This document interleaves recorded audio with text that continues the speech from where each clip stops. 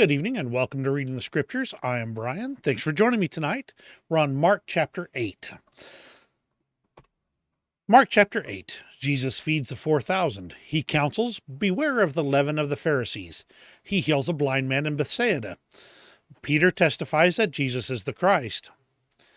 In those days, the multitude being very great and having nothing to eat, Jesus called his disciples unto him and saith unto them, I have compassion on the multitude, because they have now been with me 3 days, and have nothing to eat. And if I send them away fasting to their own houses, they will faint by the way, for divers of them came from far. And his disciple answered him, From whence can a man satisfy these men with bread here in the wilderness? And he asked them, How many loaves have ye? And they said, 7. And he commanded the people to sit on the ground. And he took the 7 loaves, and gave thanks and brake, and gave to his disciples to set before them. And they did set them before the people.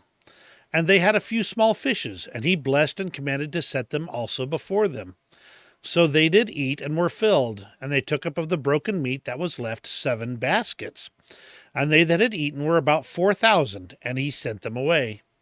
And straightway he entered into a ship with his disciples, and came into the parts of Dalmanutha.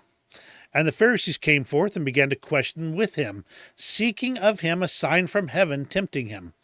And he sighed deeply in his spirit, and saith, Why doth this generation seek after a sign? Verily I say unto you, there shall no sign be given unto this generation. And he left them, and entering into the ship again, departed to the other side. Now the disciples had forgotten to take bread, neither had they in the ship with them more than 1 loaf. And he charged them, saying, Take heed, beware of the leaven of the Pharisees, and of the leaven of Herod. And they reasoned among themselves, saying, It is because we have no bread. And when Jesus knew it, he saith unto them, Why reason ye because ye have no bread? Perceive ye not yet, neither understand? Have ye your heart yet hardened? Having eyes, see not, and having ears, hear not, and do ye not remember? When I brake the 5 loaves among 5,000, how many baskets full of fragments took ye up? They say unto him, 12. And when the 7 among 4,000, how many baskets full of fragments took ye up? And they said, 7. And he said unto them, How is it that ye do not understand? And he cometh to Bethsaida, and they bring a blind man unto him, and besought him to touch him. And he took the blind man by the hand, and led him out of the town. And when he had spit on his eyes, and put his hands upon him, he asked him if he saw aught. And he looked up and said, I see men as trees walking. And after that he put his hands again upon his eyes, and made him look up, and he was restored, and saw every man clearly. And he sent him away to his house, saying, Neither go into the town, nor tell it to any in the town. And when Jesus went out, and his disciples, into the towns of Caesarea Philippi, and by the way he asked his disciples, saying unto them, Whom do men say that I am? And they answered, John the Baptist, but some say Elias, and others one of the prophets. And he saith unto them, But whom say ye that I am? And Peter answereth and saith unto him, Thou art the Christ. And he charged them that they should tell no man of him. And he began to teach them that the Son of Man must suffer many things, and be rejected of the elders, and of the chief priests, and the scribes, and be killed, and after 3 days rise again. And he spake that saying openly. And Peter took him, and began to rebuke him. But when he had turned about and looked on his disciples, he rebuked Peter, saying, Get thee behind me, Satan, for thou savorest not the things that be of God, but the things that be of men. And when he had called the people unto him, with his disciples also, he said unto them, Whosoever will come after me, let him deny himself, and take up his cross, and follow me. For whosoever will save his life shall lose it, but whosoever shall lose his life for my sake and the gospel's, the same shall save it. For what shall it profit a man if he shall gain the whole world and lose his own soul? Or what shall a man give in exchange for his soul? Whosoever therefore shall be ashamed of me and of my words in this adulterous and sinful generation, of him also shall the Son of Man be ashamed, when he cometh in the glory of his Father with the holy angels. So one of the things I'm finding interesting is that Mark is definitely delving more into the details of some of these miracles, how they were accomplished, the physical actions involved. And so that indicates to me that Mark may have been more about the performances, the actions involved, um, and less about the story. That doesn't mean he wasn't about the story, because there's obviously the story here, but he was paying attention to a lot of the details that Matthew left out. And it's interesting that, like, for instance, they talk about how when Jesus asked them about, well, how many baskets did you take back when I fed the 5,000? And they said 12 baskets. And how many this time? 7.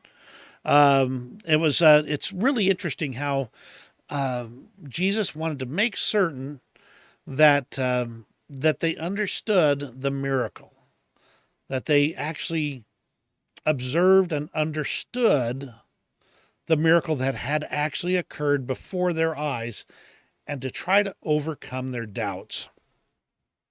Then I think it's pretty funny when Peter down here is like, says to Jesus, "No, no, no, you're wrong. You are obviously wrong when you say you're going to be killed by the chief priests and the scribes, and that's just not going to happen." And Peter's like, "No way." And Jesus is like, "Get out of here, Satan.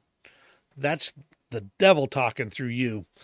And this is the moment when you realize that, and this is just my thought right here. At least this is the moment I'm realizing that, since the Holy Ghost was not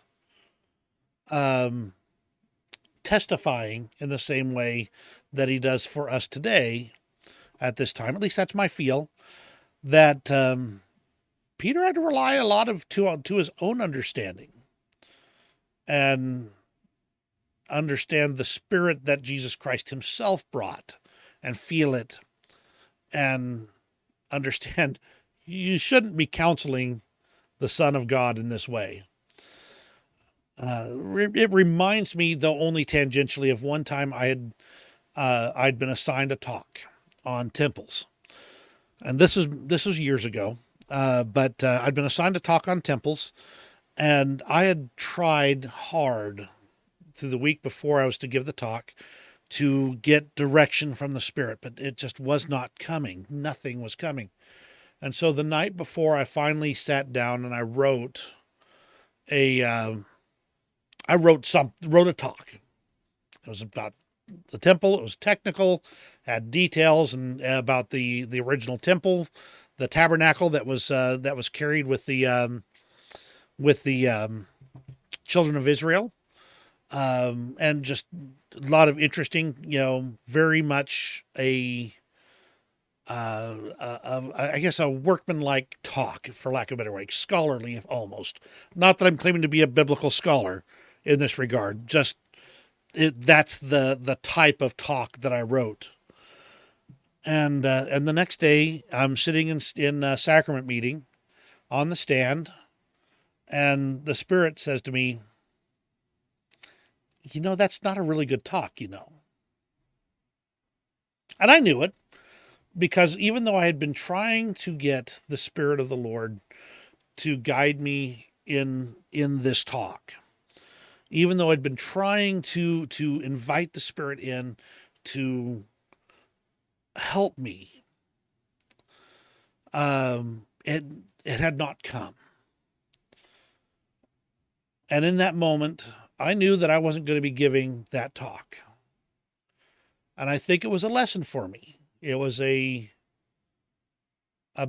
big lesson, in that the lesson I learned was that I am nothing without the Spirit of the Lord, the Holy Ghost. And in that moment, I relied fully on the Holy Ghost for what I would say through the talk. I don't remember the talk. It's not important. But the vast gulf between what I could do without the guidance of the Spirit and what I could do with it was enormous, huge. And I think this was done specifically to teach me that principle. Not that I don't, it's not that the Lord wanted to leave me hanging so much as I had a lesson I needed to learn. And that's my thoughts for today. Hope you enjoyed it. We'll see you tomorrow with Mark chapter 9.